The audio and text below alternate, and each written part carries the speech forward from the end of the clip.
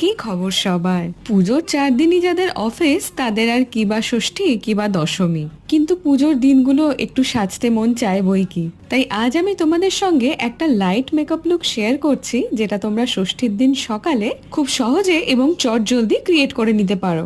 আমার যেহেতু oily skin, তাই আমি একটা পোর মিনিমাইজিং প্রাইমার ব্যবহার করেছি, তারপরে খুব সামান্য পরিমাণে কনসিলার ব্লেন্ড করে নিয়ে অ্যাপ্লাই করছি ব্লাশ।